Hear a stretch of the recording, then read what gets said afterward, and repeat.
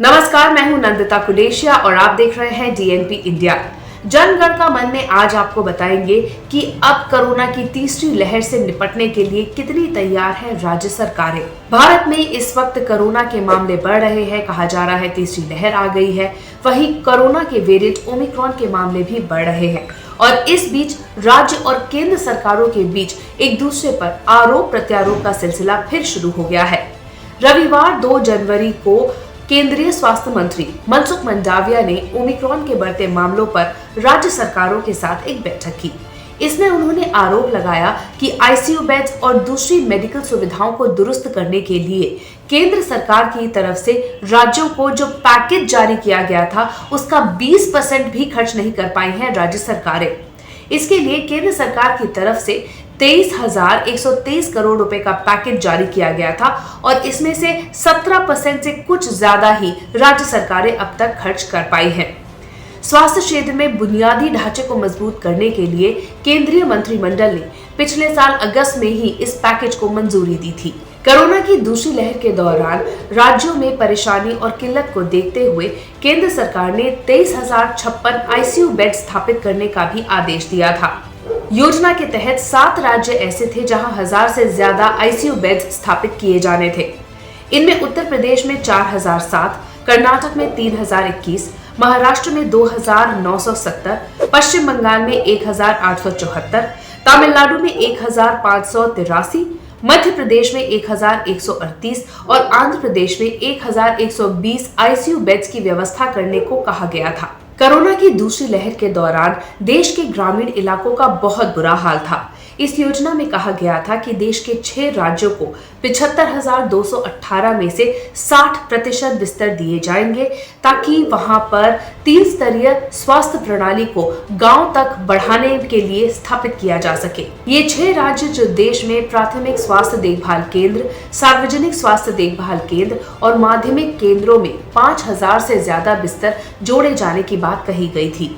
इनमें उत्तर प्रदेश में 11,770, बिहार में 9,920, आंध्र प्रदेश में 9,596, उड़ीसा में 8,206, असम में 7,320 और झारखंड में 5,798 बिस्तर जोड़े जाने की बात कही गई थी। भारत में पिछले साल कोरोना की दूसरी लहर के दौरान अप्रैल और मई महीने में स्थिति बहुत भयावह हो गई थी और लोगों ने अपने अपनों को खोने का एक भयानक मंजर भी देखा। दवाओं के लिए मारामारी, अस्पताल में बेड्स की कमी और ऑक्सीजन की कमी की वजह से लोग काफी बेबस हो गए थे। हालत यह है कि भारत में कोरोना की वजह से हुई कुल आधिकारिक मौतों में से 20% सिर्फ अप्रैल के 4 हफ्तों में ही हुई है। एक अनुमान के मुताबिक इस दौरान करीब 1,10,000 बच्चों ने अपने माता पिता को खोया। कोरोना की दूसरी लहर के दौरान सांसों का संकट पैदा हो गया था। अस्पतालों में ऑक्सीजन की डिमांड 12 गुना तक बढ़ गई थी और ऑक्सीजन सिलेंडर बेचने वाले मुनाफाखोरी कर रहे थे। हालांकि केंद्र सरकार ने संसद में ये बयान जरूर दिया कि पूरे देश में ऑक्सीजन की कमी की वजह से एक भी मौत नहीं हुई। स्वास्थ्य पर साल 2017-18 में नेशनल सैंपल सर्वे की रिपोर्ट में इस बात पर प्रकाश डाला गया था कि सार्वजनिक स्वास्थ्य प्रणाली देश में बहुत खराब है। निजी स्वास्थ्य प्रणाली महंगी है और सिर्फ महानगरों में ही अच्छी है।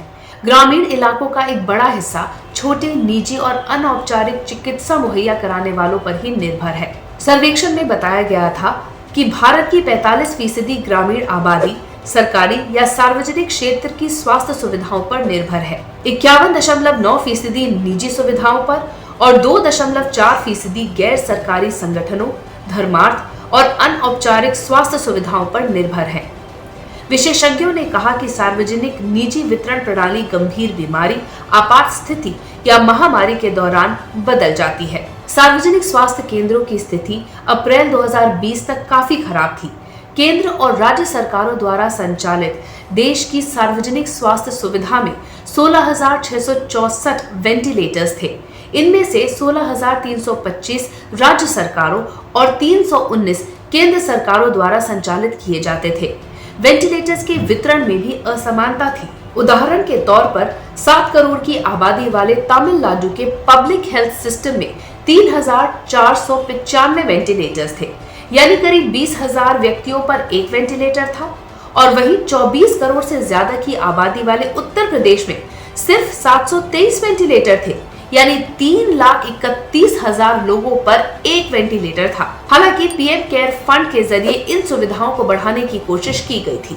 जून 2021 तक वेंटिलेटर्स की कुल संख्या 16,664 से बढ़ाकर 57,557 तक पहुंच गई थी। अस्पताल को ऑक्सीजन के उत्पादों में आत्मनिर्भर बनाने के लिए 2020 में 162 संयंत्रों को मंजूरी दी गई। मार्च और अप्रैल 2021 में पीएम केयर फंड के तहत स्वीकृत अतिरिक्त 1051 ऑक्सीजन प्लांट डीआरडीओ और सीएसआईआर के माध्यम से खरीदे गए। मीडिया रिपोर्ट्स के मुताबिक सितंबर तक 1200 से ज्यादा ऑक्सीजन संयंत्र स्थापित किए गए थे। कोरोना की पहली लहर के दौरान ही लोगों ने पब्लिक हेल्थ सिस्टम के महत्व को समझा और इसीलिए उस दौरान और उसके बाद भी इसके बुनियादी ढांचे को मजबूत करने की कोशिश की गई। देश में अगर कोरोना की तीसरी लहर आती है तो पब्लिक हेल्थ सिस्टम इसे बेहतर तरीके से निपटने के लिए तैयार है। राज्यों में वेंटिलेटर्स पहुंच गए हैं, ऑक्सीजन सिलेंडर की कमी नहीं होने दी जाएगी। राज्यों को हर आपात स्थिति से निपटने के लिए तैयार रहने को कहा गया है। स्वास्थ्य कर्मियों की ट्रेनिंग भी पूरी कर ली गई है। ऐसे में इस बात की पूरी संभावना है कि देश में अब कोरोना की दूसरी लहर की तरह आपात स्थिति नहीं बनेगी। हमारी इस रिपोर्ट के बारे में आपकी क्या राय है, कमेंट सेक्शन में जरूर लिखिएगा। साथ ही अब तक अगर आपने हमारा चैनल सब्सक्राइब नहीं किया तो जल्द ही इसे सब्सक्राइब, लाइक और शेयर कीजिए। नमस्कार।